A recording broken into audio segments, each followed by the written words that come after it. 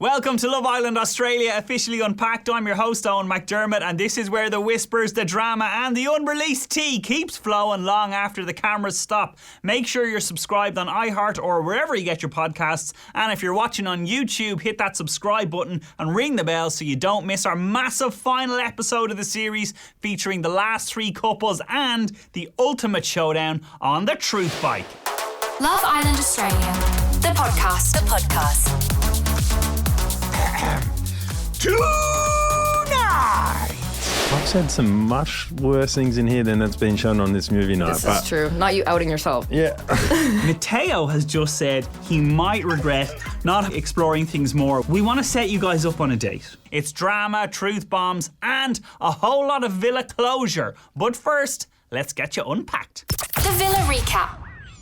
Previously on Love Island Australia. The week kicked off in the smoking wreckage of movie night as two new bombs land. Josh, the Irish tradie from the Goldie with a mortgage, and Cody, whose exact type is tall, dark, and Dylan.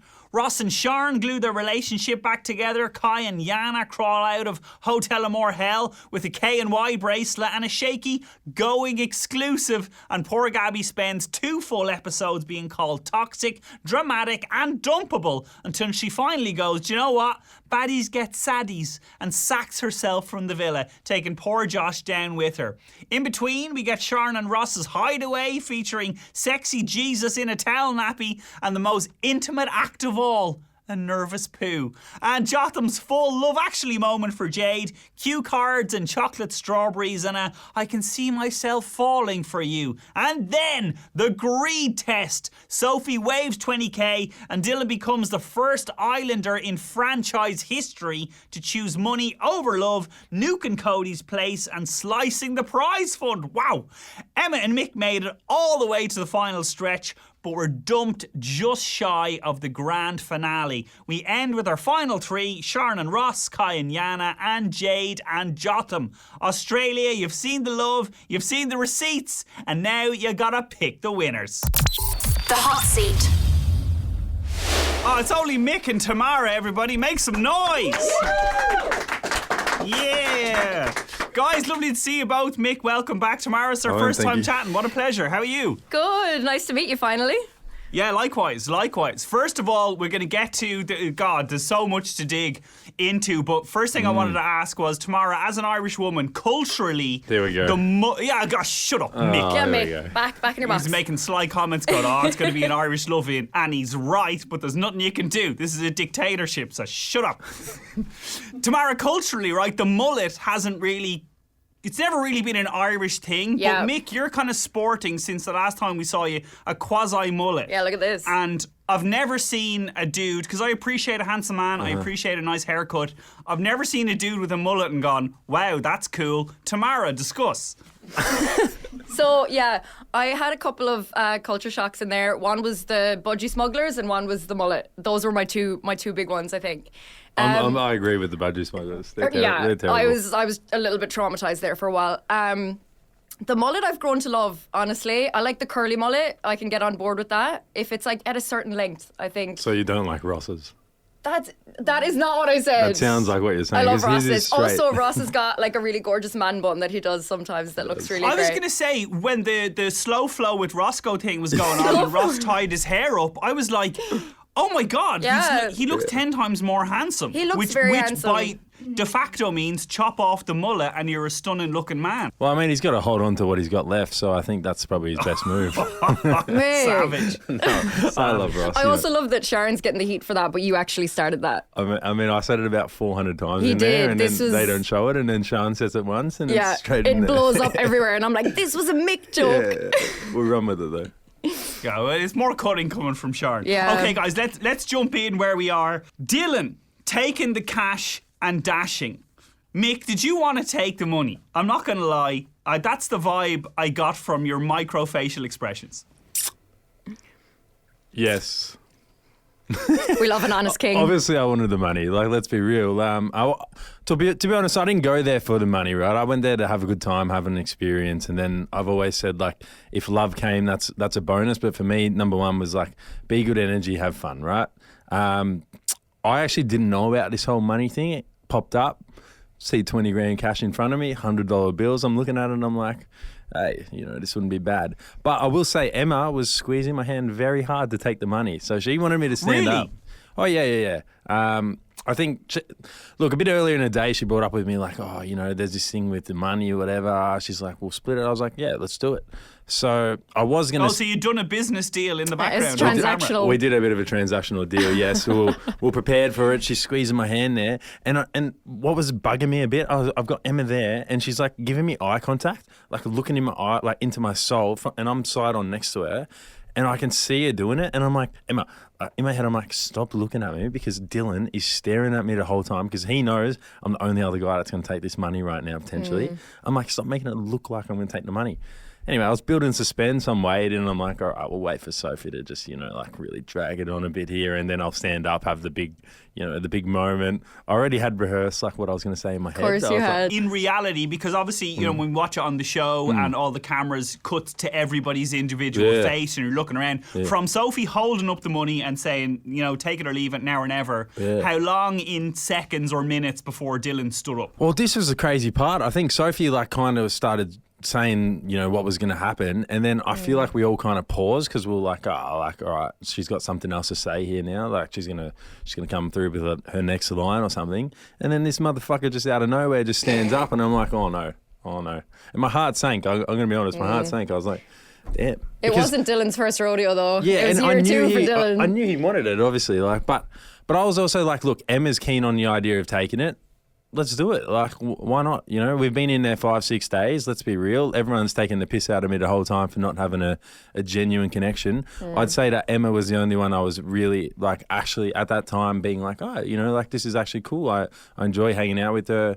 I think you can see, there was a lot of, PDAs and stuff, which I wasn't doing throughout the show unless it was in a challenge. So we were actually close. But, yeah, we kind of had a little bit of a pinky promise that we'd take it. And Dylan stood up, did his thing, and I'll be honest, it would have been a lot better if I did it than him because more people were watching for me than him by the end of the season. I'll tell you how much. It might have made more sense. Yeah. What I thought was peculiar was there was, a little bit of tut-tutting from the Islanders and, oh, that's not great, whatever. Yeah. But I was expecting the reaction, the anger reaction from everybody to be bigger. It seemed quite tame. Was it tame enough in there?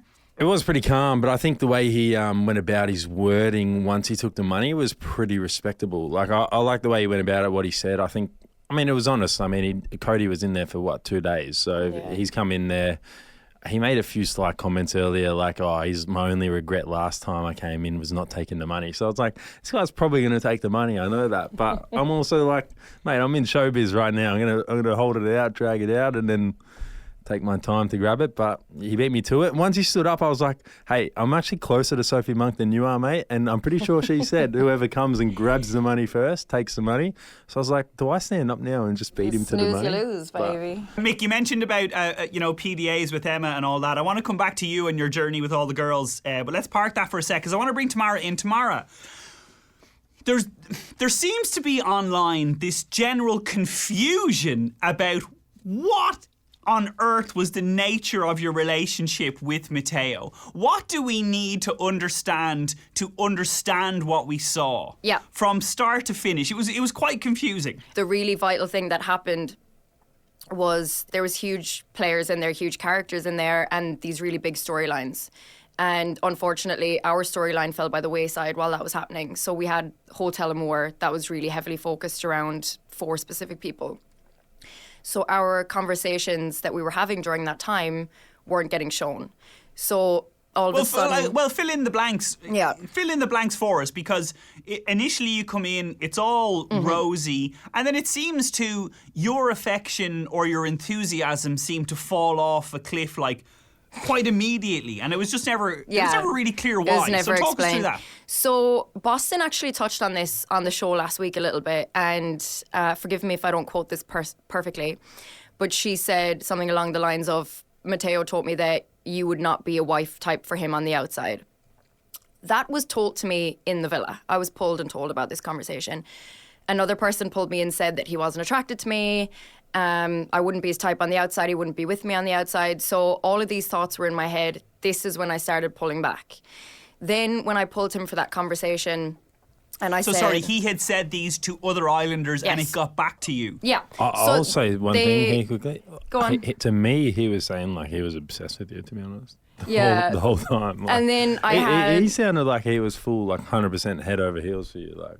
Which... To us. I don't know about to the girls, but... It was this weird narrative, and it was a bit of this Chinese whisper thing. And I got pulled to the TP by Boston one day, who told me that he had told her in the makeup room that I wouldn't be his wife on the outside. Someone else pulled me and said he wasn't really attracted to me and he was exploring other options. Then, like you say, from the boys and that, I'm hearing that he's really invested in this. So it was this really confusing thing that was happening where I was getting fed different things every day from different people. And then what spurred my chat with him when I was like, why are you ignoring me, was he had gone to the fire pit without me. If you watch that clip, I walk down on my own. Ross eventually comes and helps me down the stairs. And then after the fire pit, he went and pulled Emma for a chat and had not spoke to me, and I didn't know what was happening. And I had just heard people tell me that he's not really attracted to me, wouldn't be with me on the outside. So that's when I started pulling back. But all of those things that were told to me weren't shown. So it looks like I just spurred this conversation out of thin air, but that's really not what happened. Did you confront him about those? Because I guess a huge thing with, for example, like Gabby and Jotham was Jotham's early declaration of, oh, she's not someone I date on the outside normally. And if Mateo apparently said that about you, did you confront him on that, even if we didn't see it? Yeah, I did confront him on that. We had that conversation. He told me that he hadn't said it wasn't true. And then I was interested to watch that scene play out because I was like, is it? Like someone is telling me something that's untrue, and then it wasn't on the show. So I never got to see it. How it hashed out or what he actually said. So I was just going by his word in there. And yeah, it did start to get really hard because we had this really good thing going on early days, and it did become quite serious quite quickly, and we were quite happy. And then all of a sudden you're getting fed different things from different people, and it is very hard because all you have in there is each other. So you just take everyone's word for what's happening. I definitely back that they were all day talking to each other the whole day, every day. Like, all the time.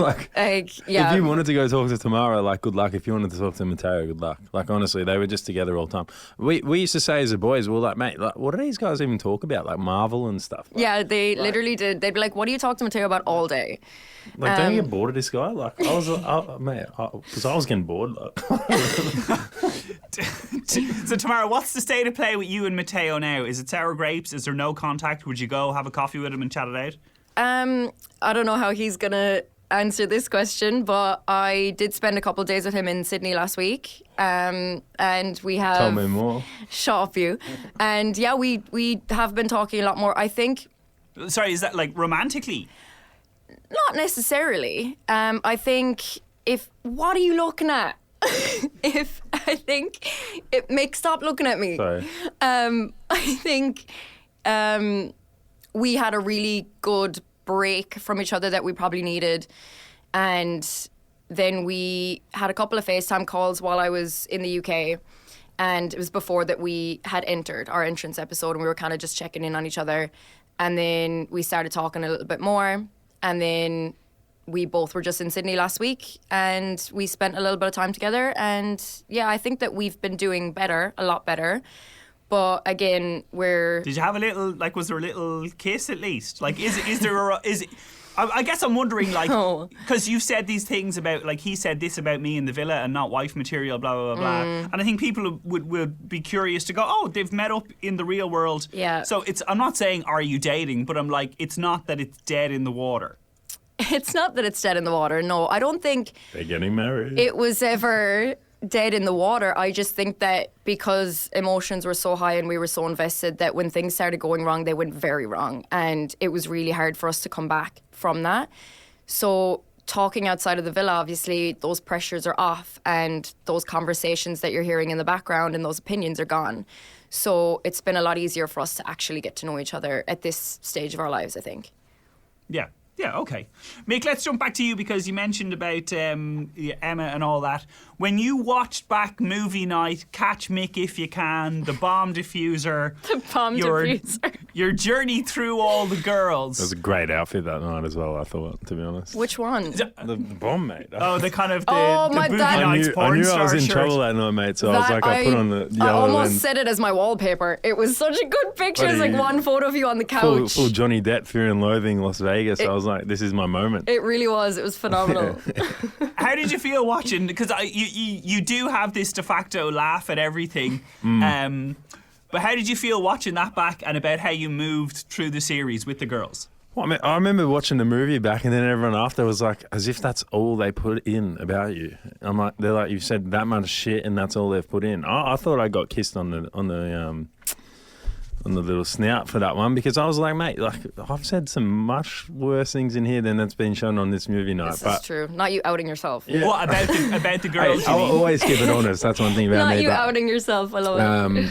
no, like not so much about the girls, but just in general, like just having chats with everyone. Like, but I've always said since I went into Villa, anything I'd say behind someone's back is something I'd be comfortable to say to someone's face as well. So, like, Oh, well, I'm gonna call you on that. You said when you were chatting, I think was it to Ross? yeah, there's one comment about Mia, which I probably do about regret. Mia. Yeah. You said she looks kind of better when she's done herself up and not so Yeah. much in the daytime. Would Yeah, you say that to her face? that one didn't reflect well on me. Crazy comment. That was a crazy comment. So, but you know, like obviously you're getting filmed 24/7, and everyone goes like, "Oh, you know, the movie night's coming up." This, that. Like, I didn't know what a movie night was, mate. So, and even still, I still probably would have said all the things I said. I don't I know, really- and people, yeah. and you know, people kind of loved you for your loose cannon mouth, so we Yeah. won't deny you that at all. No, I just keep it honest, Okay, mate. I gave Tamara a Reddit comment, so I'm going to throw one at you. Yeah. And Come on. Tamara, feel free to chime in on Come this. We're on. getting very Dr. Phil here, Let's okay? go.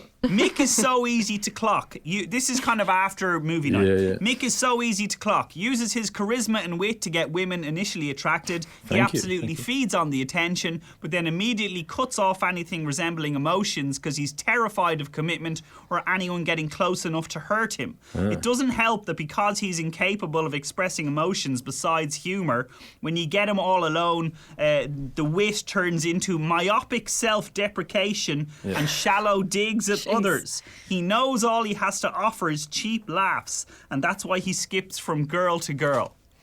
Yeah, and that's why everyone sits at home and watches every episode as well. That's what I would have to say to that. I think God, this is like couples therapy. like, there was a few comments in that phrase that I don't know what the words mean. So I don't really know how to answer that question. But the best way to answer would be, like, yes, I like to joke. Yes, I like to have fun. But I also have a very vulnerable side that I don't particularly show on the show, and I think that's based on the fact that at the end of the day, I've known these guys for a few weeks. I'm not going to go and share my whole life story and everything I've ever done in my life on a TV show, right? Would I like to have opened up a bit more to people and given them more opportunity? Sure, but also, like, I needed someone in there that was going to match my energy. I needed to be, one, physically really attracted to someone, two, emotionally attracted to someone. And if I didn't feel that, then I don't feel the need to open up vulnerably. So I think that's my answer to that. And the rest of the words in the question, like, don't know what they mean, mate. And and don't really care what the Redditors say. Like, I appreciate it. But yeah, there's been a lot of threads and stuff about me, which is, I mean, that's what I came in to do. I had people, I knew I was going to be the kind of the guy that you're going to have, you know, divided opinions on, and I ran with that, and I just stayed myself, mate. So if people don't like me for who I am, then, But you even know. to follow up on that, like, I remember the night, which again they showed like a little snippet of, was the night that we had the chat in bed together. And I remember they just showed me crying, and I was like, oh, it looks like Mick's made me cry because he said sorry. But I was like getting emotional because I was like, the one thing I said to you was like, I was like, oh, why don't you show this Mick to anybody in I here? remember that, yes. Like, why? Like, you're so great. And he was like, oh, I don't know, just don't like open up to people that I've just met. And I was like, yeah, fair enough. But you do have that really incredible side. Yeah, but I had that chat with you, and then everyone's commenting saying like, oh, he's just being like manipulative. Yeah, This trying to is get me to this is- stay. yeah, this is Yeah. his way to, like, you know, to cut it off This is without cutting it you off. deserve someone better than me. Yeah, and I'm like, mate, Chat. like, this is just a genuine chat in bed. And I had a Yeah. few of those with Emma too, because Emma was like kind of saying some, you know, things along the similar line, like, what's your backstory, like, what's your past, who have you been with, what did you do? I was like, yeah, look, I'll tell you all of this stuff, but they don't show it, and that's it. That is what it is. So I think I was there for a bit of, you know, comedic relief and stuff like that, and they played into that side of it, which I wasn't mad about. I watch it back. I have a good laugh, and I'd say you played into that side of it.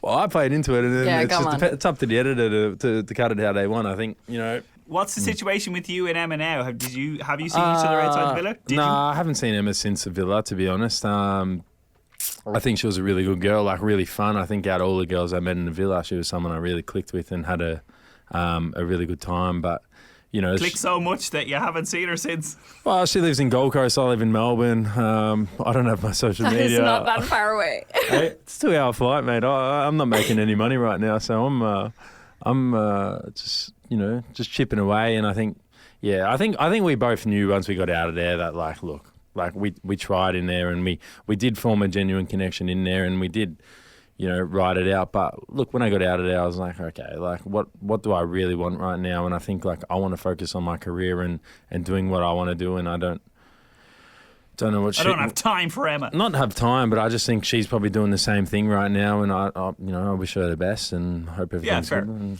that's it. Hey, what did you think of? Because this one split the room. What did you think of Boston's parting shots?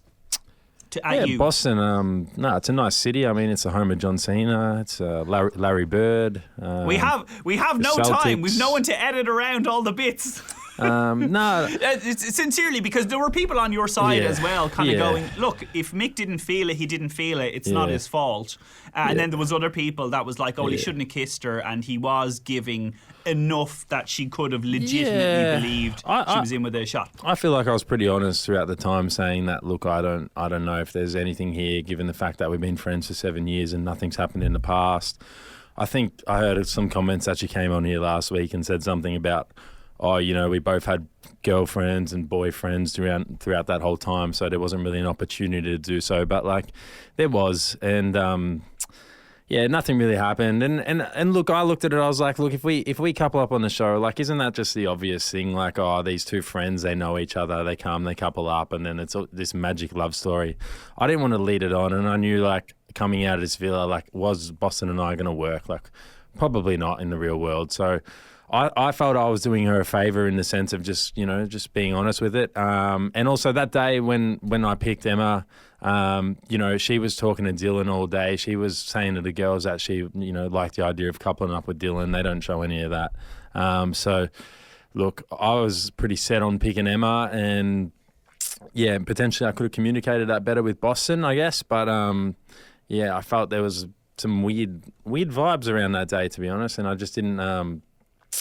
Wasn't feeling comfortable around her, and she was going behind my back and talking shit to everyone about me while I'm talking to Emma, and yeah, I don't know. For me, like, if you got a 7-year friendship, I think she makes it out like we have like 700 mutual friends as well. Like, I know 2 of her friends, and we barely hang out. So yeah, like, I didn't appreciate her comments. I think it was a bit mean, to be honest. I think you know, if you're friends with someone, you don't go on TV and call him a dickhead and tell the whole world that everyone knows it. But she's entitled to her opinion, and I get the fire pit is emotional. It's a tough time, and yeah, I mean, words come out. Hopefully, she didn't mean what she said, but yeah, I won't say a bad thing about her because I don't think that's fair. Yeah, okay. God bless. Thank you. Would you, since you're here, would you like to apologise to Tamara for the fake tan hands situation? Absolutely not. Do you know what's so funny about this? You weren't even mad. Nah, yeah. Oh my God, this is what I was just gonna say. This pissed me off. Mick all day had been making the fake tan jokes to my face, Yes. and we had been laughing about this. Is a running joke between us. Yes. Then at movie night they showed it. At movie night I started laughing and I went, guys, I knew about this. They cut to me saying, You look like this, like miserable. Mick's just like, making really bad comments about the girls. I was reacting to what he said about Mia, Yeah. not the tan at The all. Mia comment was very bad. Yeah, and I went- I'll own that, right? But the Tamara one, like, Tamara's hands, they're fixable, okay? Yeah. Like, Also, and I'm also so I had a sorry. look this morning, and they look great. No, So- because production gave me that spray tan. Do not come for me Yeah. because I can do my tan on my own, and it Throwing looks like production this. under that Yeah. bus. And it looks like this. But, you so know, like- I did not do that to myself. a bit of bicarb and lemon goes a long way. Come That's on. all I'll say. Yeah, had a But, scrub, doing great now, we're fine. But yeah, this was a running joke between us, and they kind of, it villainized you a bit, but it Yeah. was just quite funny. Yeah. Like, as if that was going to bother me. Can we talk about Gabby for a second? When you picked her in the Spectators Challenge, she kind of basically accused you and Ross of, you know, going at her and was criticizing you, kind of saying, you know, Ross is 28, you're 27, I'm only 21. You should be a bit more supportive, and you're not appreciating how rough a time I've had. What did you make of her kind of perception of that chapter? I think the way Ross summed it up was good by the kitchen, kind of when he said, I can't remember what he said, but whatever it was good because I saw a lot of people commenting saying that was really good what Ross said. So well done, Ross. But he basically said, this is the result of all of the girls constantly validating all of Gabby's crazy feelings and nobody challenging her. Tamara, I saw you half shake your head. Cut to me and Sharon in the kitchen eating cereal, like. Let me say one more thing on Gabby. Like, I fucking love Gabby. And I love Gabby. Me and Gabby speak all the time now. I think Gabby is a certified main character. She knows what she's doing. She's great at TV. You know, she was genuine there. She actually wanted connection. Yeah. You can see how emotional she gets. And for me, like, there's no way in hell I could go in there as a 21-year-old into that villa and do what she did. So I give her props. Yes, I pick on her at times. Yes, she gives me shit at times. But like, we both had a deep love for each other on the show, and I think she looked at me as a bit of a, you know, an older brother figure, and always would come to me for advice and stuff. And they don't show too much of that. But no, I love Gabby, and you know, when she's having those crash outs, I'm kind of just trying to keep it, you know, logical with her and just try and make her think like, hey, maybe this whole blow up, like, she's coming up to me going like, if you're friends with Jotham still, then I'm not going to talk to you. I'm like, Gabby, come on. Like, that's a bit immature. That was like, so funny, that. Yeah, it's funny, but like, you know, like. But Tamara, do you think that you guys indulged her in kind of everything throughout the show, like her feelings around Jotham, and then I guess movie night kind of cast that in a different light? I guess that was the charge leveled at the girls, is like nobody is kind of challenging her on her assertion that she is right about everything all the time. Now, in her defense, she was on the podcast a while ago and she was like, yeah, no, looking back, I do take some accountability for things. But on the show, there was this sense that nobody in the girl group said like, look, pal, we need to have a talk here. Maybe you're not in the right. Well, I think if you believe that the girls can lead Gabby in changing her opinion, then you don't know Gabby. Yeah. Because we were absolutely not planting any opinions in Gabby's head. Gabby is 100% genuine. She's honest as hell. She wears her heart on her sleeve. And I think one of the things that you're starting to see that maybe you didn't see at the beginning is Gabby is actually very soft. And she is this young girl, and she's very confident. She's done really well in her life. She's a very hard worker and she's incredible, but she is a young girl and she's learning how to navigate everything in this villa, and we're watching that happen. So Gabby will have a response where she might get angry, she might make comments, and then you'll see her crying to us because she's actually hurt, and this is how she responds. So for me and I guess Sharon and Yana, during this time, we were just trying to be there while she navigated these emotions and support her. We're not all the time sat there being like, yeah, you're right, like, yes, Queen, go off, do this, do that. We're just sat supporting her, holding her hand, letting her talk through it and navigate it. And then, yeah, we'll give her that big sister advice at the end that maybe she needs, which is not always shown. And I think it's been really amazing to watch how her character has developed. And we were really good friends in here, but were we leading her in a direction? Absolutely not. Gabby goes in whatever direction Gabby wants to go in. Was it obvious to people that she was going to self-evacuate, self-execute, self-dump? I mean, I'm not going to lie, I knew it was coming, but like, I heard some comments during the morning, to be honest. I was pretending I was sleeping and I could hear her saying that. I didn't, yeah, you did say this, yeah. I could hear she saying she wanted to get out of there, so I was like, oh, something's going to come. But look, I felt a bit bad for Josh, to be honest, the way it ended, in the sense that, you know, he's kind of just sitting there, just come in. But I guess what do you expect when you're a bombshell with 2 days to go left in the show? It's going to be very hard to make something happen. So I get that. But like, yeah, I love the way that Gabby went out with it, I guess. I think to stand up there, go there, deliver the speech she did. Like, that's one thing about Gabby. Like, she stands up, she goes in front of that fire pit. It's stressful. And to be able to, you know, articulate your words the way she does, I think is very commendable for a 21-year-old. She did a really good job, actually. I've got 2 quick questions for Mick to wrap it up and 1 question for Tamara to wrap it up. Mm-hmm. Did you fancy Isabel? Yeah. Yes. You said this many times. Yeah, many times, and I don't show any of our chats ever, and I was annoyed about it because there was this one chat we had, and I was like, well, what she said to me, she's like, you know, like, I like you, but like, you're kind of like too cool for me. And I'm like, the fuck does too cool mean? She's like, I don't know, just like the way you dress and stuff. Of course, he threw that one in there. I was going to say, high praise from I'm Mateo. too cool. I actually didn't. I was offended. I was like, how can I be? What do you say to Mateo? Because he's going to be joining us soon. He called you Luna Park. Well, I called him Mick Jr. too. So I think it's a 1-1 on that Mick Jr. one. was crazy. No, look, I think the thing about Mateo, he came in and I was surprised how he got casted because I was like, this guy's so to himself, doesn't really say anything. And everyone was saying like, oh, he's so genuine and stuff when we did that first challenge, I remember. And I remember all the girls going like he seems like there's something off with him. And us boys were just like, mate, like how is this guy here? Like didn't make sense to me. But then over time got to know him and then by the end of it I was like, you know, I got a bit of a soft spot for Mateo. So his comment was funny, bit like out of line because I was like, this guy never says anything funny or anything other than yeah. So, fair props to Mateo. I'm not going to live that one down, but I think the omelette scene was a bit better than that one anyway. Mick, you moved absolutely mad. The bomb diffuser reigns supreme. And so, listen, thank you so much for all of the craziness, the sharp comments, the cooking. It was great fun. And, the show would have suffered for your absence. So, thanks for being truly you. Oh, we would have withered away at breakfast without you. Oh, man, I would have stopped watching a few weeks ago. He was saving lives in there in the mornings. My God. Breakfast is good. No, I appreciate it, mate. And thanks for your kind words. You always had my back, except for that stupid little cat of yours. But hey, the cat's an independent actor, nothing to do with me. Tamara, question for you then, because we talked about, you know, you're and Mateo's relationship and you kind of addressed that, like how it seemed, just the arc of it seemed quite strange. If you were doing the whole show over again, what would you do, if anything, differently? Couple up with Mick for longer. I already coupled up with you. Also, you were stolen from me. I don't know what you're talking about.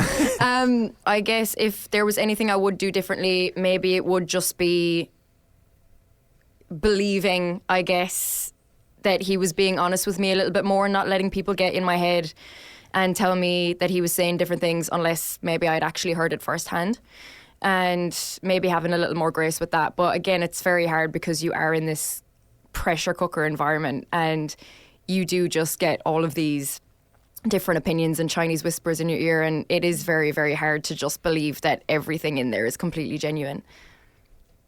Yeah, okay. One word each, and I'm not talking about romantically. Favourite Islander to watch on the show that's not been yourselves for the whole season. Tamara, go. Gabby. Mick. You can't say yourself. Mate. Well, I'm my favourite, to be honest. Like, yeah, okay. I expect nothing less. Who's your number two? Number two, I love watching Kai. I reckon he's a crack up. Like, he's an idiot, but he's funny. And then they actually didn't even show how funny Kai is all the time because he was hilarious. Sometimes I got to skip the Gabby bits. I love Gabby, but sometimes when she's crying in the beach huts, I skip them. But the rest of the Gabby scenes, top tier. And then Jotham's laugh. Right, Jotham has the best laugh. Like, Mick said, I have to skip the Gabby scenes. That's the promo. Guys, we got to wrap it up. We've got Mateo on the way. Thank you so much for everything you both brought to the show. And best of luck with love moving forward. Best of luck having a chat to Mateo. Yeah. Tamara and Mick, everybody. I love you, Mateo. I love you, Mateo. Thank you. The Truth Mic. Oh, he is the purveyor of fine insults such as Luna Park and one of the latest evictees from the island. It's only Mateo, everybody. I tell you what, Mick didn't love Luna Park. Nah, probably didn't. I wouldn't like it either, but just came out the mouth. And am I lying? Maybe not. I'm joking. He called you Mini Mick. How'd you feel about that? No, you can call me Mick Jr. all he wants. I feel like I was the only guy in there that kind of, I don't know, same style, type of vibe. He was a little bit threatened, and yeah. What's the dynamic between you two guys? We've had a few messages, here and there. He lives a state away, but yeah, that's it. Like friendly messages? 100%, oh yeah, so it's all good. Definitely. Yeah, we're all good. Okay. You're very welcome. Great to see you. Great to see you as well.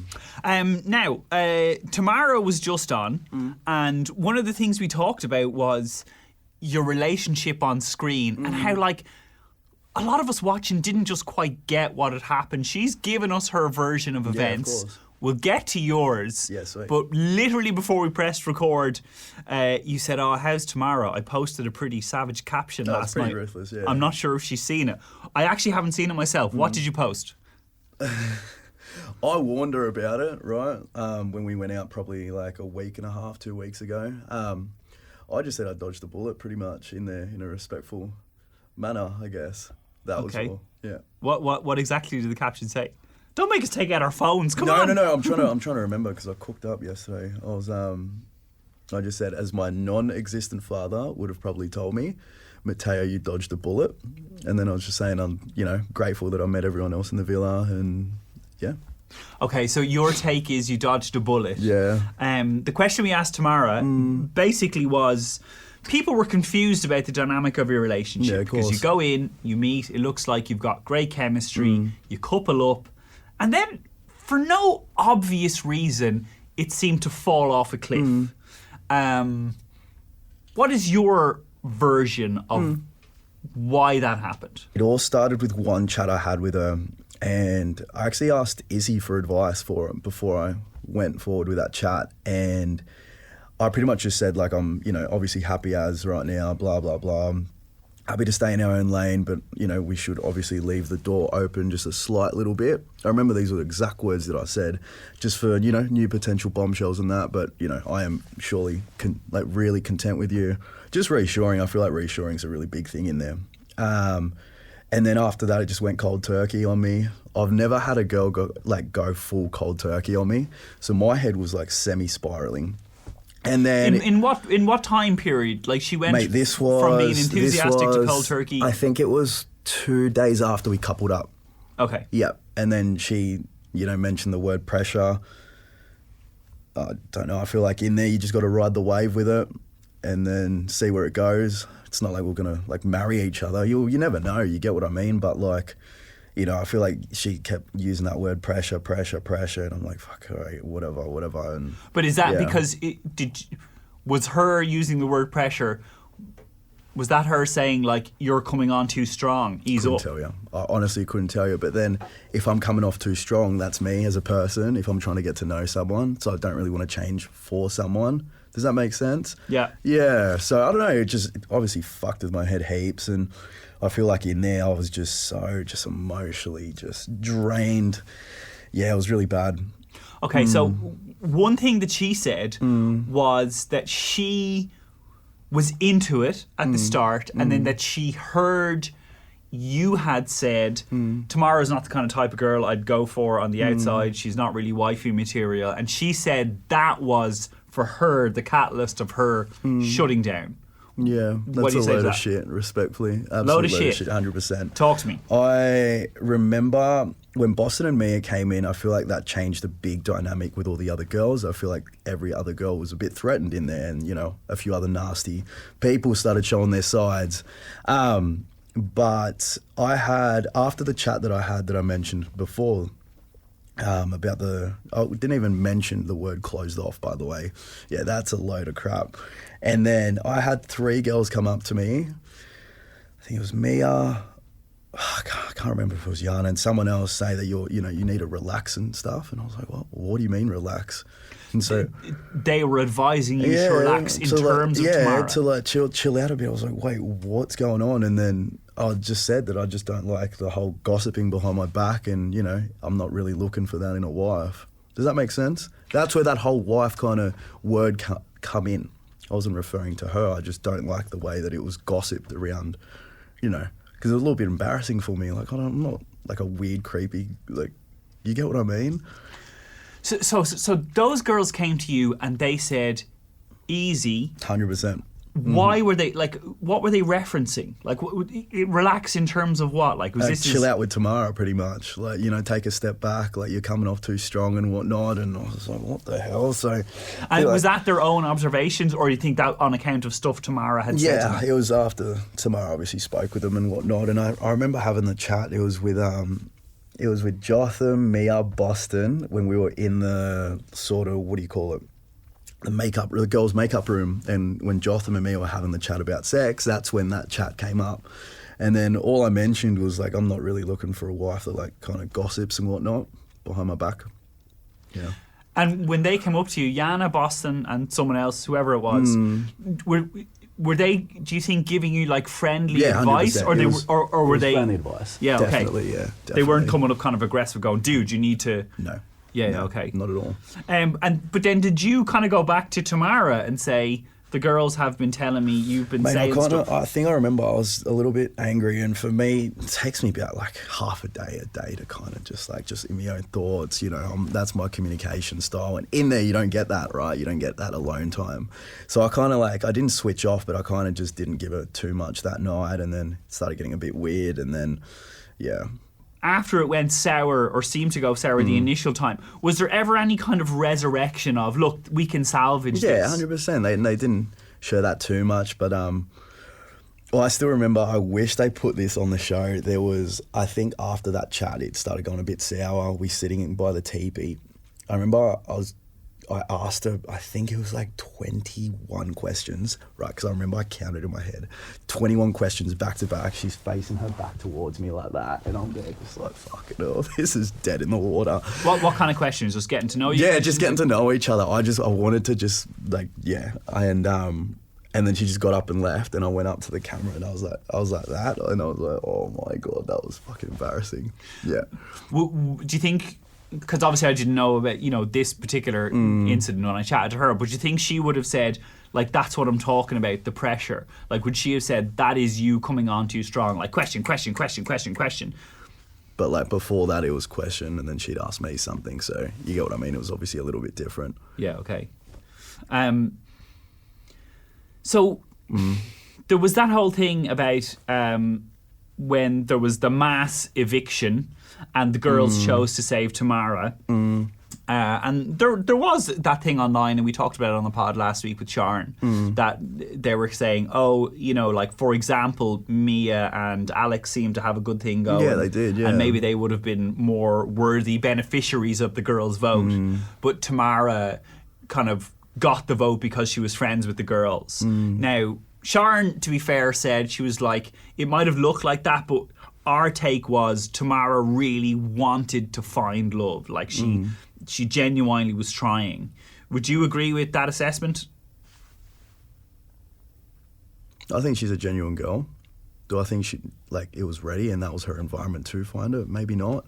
But looking back at that, yeah, I remember I was tapped out. Like, I was ready to go home. Like, I grabbed Alex. I was like, we're going out later. Like, blah, blah, blah. Like, I was ready. I was shocked that I got picked that night. So you think, because she mentioned you've spent a bit of time together post Villa. No, we have, yeah. No, it's actually been nice. Yeah.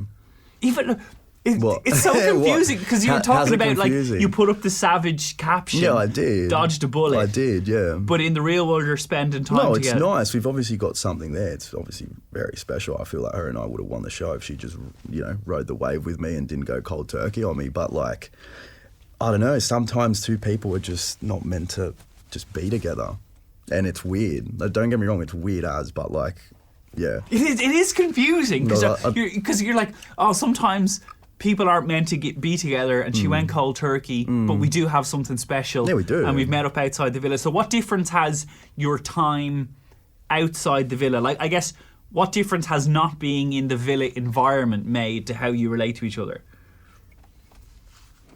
Well, I feel like in there, towards the second half of my journey, I wasn't secure. Like, I was obviously, about to emotionally tap out. I was just spiraling a little bit, and on the outside, like, now I'm just me. Like, I'm very secure. Like, I've got my comfort, my group of mates, my own place. Like, I've got everything there that I just, sometimes it's not really that deep, but in the villa, I feel like everything's that deep. Yeah. How do you feel? Because we chatted to the guys about, like main characters, and most people in their outside groups being like their own friend groups being like extroverts and big personalities. You in the villa, you seemed quite quiet. Yeah, I was you were never quiet. really involved in the wasn't. drama. Well, mate, I have zero drama in my life, zero toxicity. Respectfully, I feel like most people in there, bring that side, and I just didn't want a part of it. Look, I've got a small bond with, I feel like, all the boys in there. Never had an issue with anyone, like boys-wise, and yeah, I don't know, just some people in there, you put 20-something people in a villa, and not everyone's going to get along, personality-wise. I feel like I just didn't mesh well with some of the main characters, would you say, in there? And There was a thing online and on Reddit, I think it was, or maybe it was the Instagram of a while, and someone basically said, I can't prove it, but I really don't think Mateo vibes with Gabby. No, not at all. Look, I did reach out to her not too long ago, just because she was copping a little bit of hate, just being nice and whatnot. I don't think anyone deserves to cop hate, like off online trolls. But yeah, just staying civil with her. That's decent. That's pretty much it. Was she receptive to it? Yeah, of course. We had a nice chat at one of the events that we were at, and do I agree with her coming out and, chucking Jotham under the bus? No, I don't. I think that's a complete load of bollocks, and yeah, that's pretty much it. Look, everyone's different, and yeah. I guess she would say that's her truth, and she's entitled to, I guess, place stock in that, kind of go, that's why I didn't get what I wanted from Jotham. Yeah. No. For sure. Well, yeah. Anyways, that's that. But no, unfortunately, Gabby and I didn't get along in there. Was there anyone else that there was tension with in the villa that maybe you've, after the show, kind of reconciled with, or they've reached out to you, or you've reached out to them? There's one person on there that I just do not like at all, and I think she's just a very calculated woman. I'm not a part of that nastiness, the nasty girls and whatnot. And I feel like rewatching the show now, I'm like, oh my God, it's not just me that thought it, in there. And do you want to talk about that? No, I don't really care. Okay, so who are you talking about? We're talking about Sean. I feel like after that whole height comment, that was the first thing that I got clipped on. And I was like, after which comment? The height comment. The when height I walked comment. in, and I'm like, okay, yeah, no worries. And I remember. Sorry, when you people, because it's a throwback now at this stage. When you walked in the very first time, she commented on your height. Can you remember what she said exactly? She made some quip about you not being. And the thing is, I had a blindfold on at the time, and I remember she made a facial expression or something on the show, and I was just like, yeah, right, because she messaged me straight after that apologising for it. And yeah, as I said, I think it's a load of shit. She's sorry she got caught. You get what I mean? But each their own. I feel like, yeah, we just do not vibe. I feel like I have to just bat for Sharon a little bit, because she was on the podcast last week, and after her was Boston. So Boston was on the podcast last week, and she had said Sharon had reached out to her to apologise, and Boston wasn't really having any of it. You're kind of saying the same thing this week, that Sharon has reached out. And I saw some people, some people kind of going Boston's line, it's disingenuous and she's damage limitation. But then I saw other people kind of going, or maybe she's looking at the show, she's reflecting and kind of going, okay, I didn't give a great account of myself and I'm going to apologise because it's due. What would you say to the kind of the sincere angle of Sharon's actions? Sincere motivations. Don't really have anything to say. I feel like I'm a big empath as well, and I can see two sides of, I can put myself in other people's shoes, and yeah, no. No. Nope. No. Yep. Did you respond to her apology at all? Nah. No. Mm-mm. Left on red. No, I didn't even open it. I think I'd seen a little bit of it, and I was just like, eh. I was also riding a bit of a high as well, because, my episode just aired. I touched down in the Goldie. I was with my best friends up there just watching my episode, and I just had a really long, big weekend, and I feel like after that I just didn't, yeah. But you're pretty tight with Ross, is that fair? I've only seen him once, because he came down here that night we all went out. Yeah, we're all right, I guess. Okay. Sorry, maybe we don't really chat or anything, in a friend way, or yeah. Yeah. Okay. So who of the Islanders are you closest to now post show? Joth and Jade. Joth and Jade. Yep. Yeah. Okay. Mm-hmm. Me and Jade, we watch the show together. We've got our own little thing going on, and yeah, what do we call it? We called it Bondi Moore. Right, we got our own little sign and everything going, and we do little clips, film little clips of that. So that's nice. And then Joth is in Queensland, so try to see him as much as I can. Cody comes in. Mm-hmm.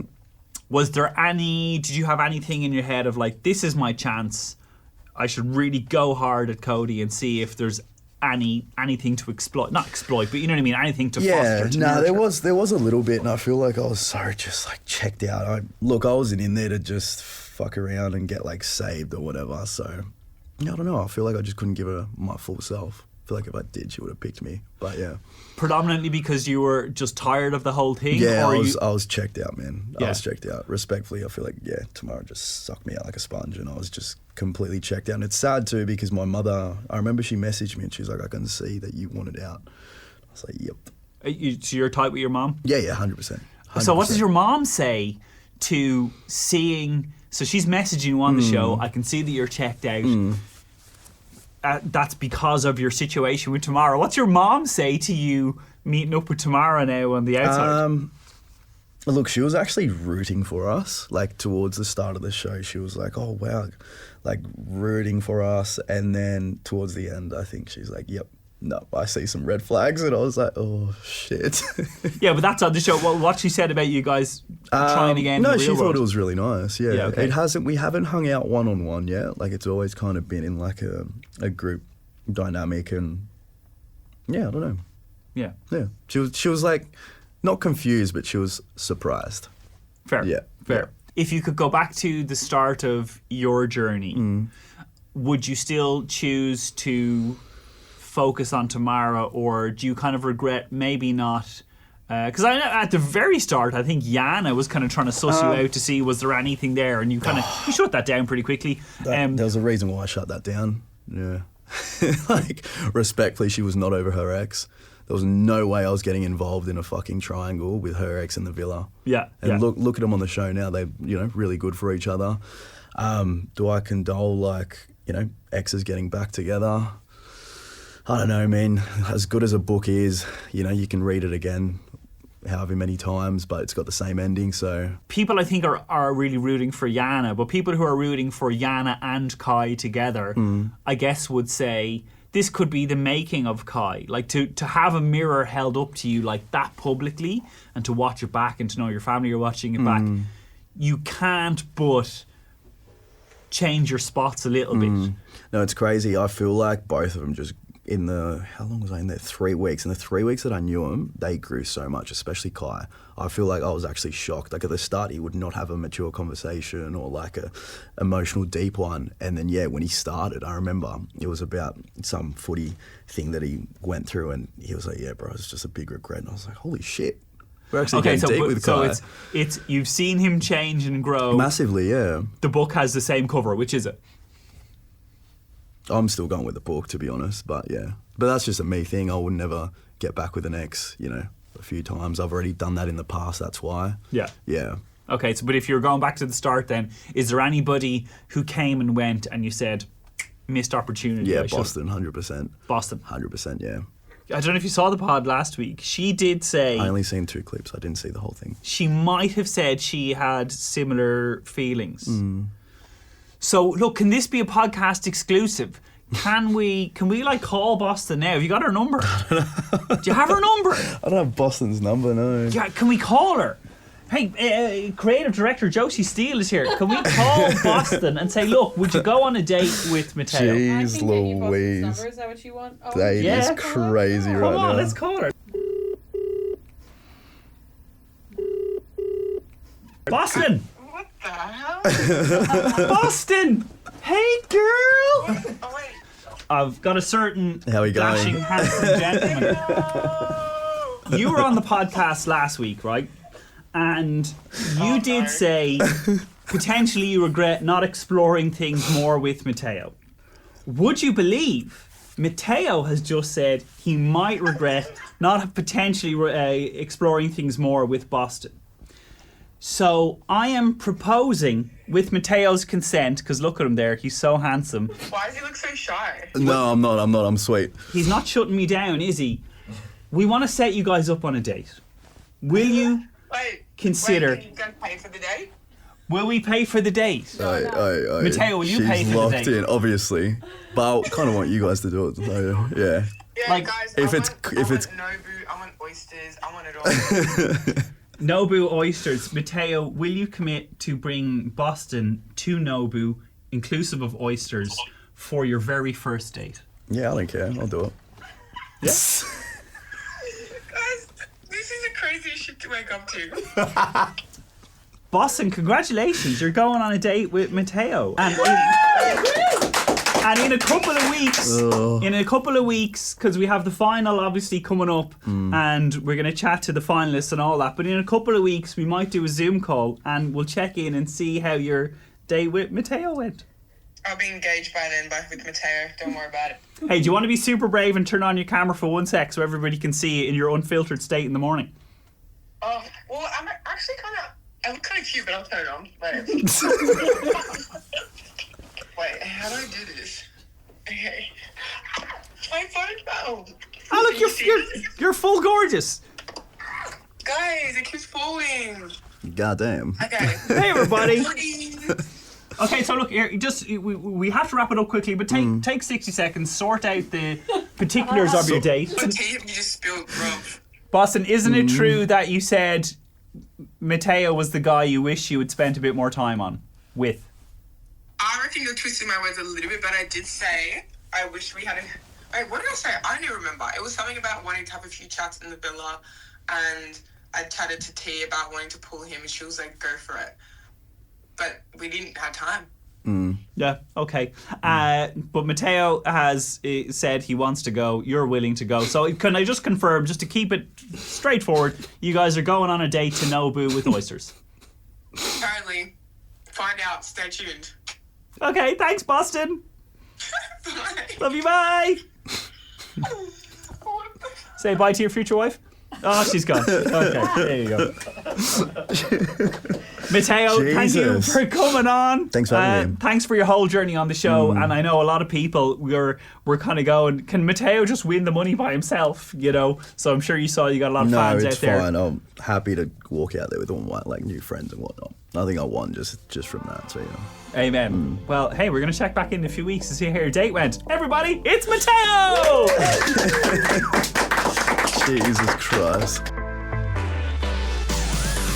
Guys, can you believe it? There's just one episode of Love Island Australia left and one episode of this pod to go as well. Next Wednesday, we'll have our final 3 couples on the couch to unpack the finale and celebrate the winners. Who's it going to be? Can't wait. See you then.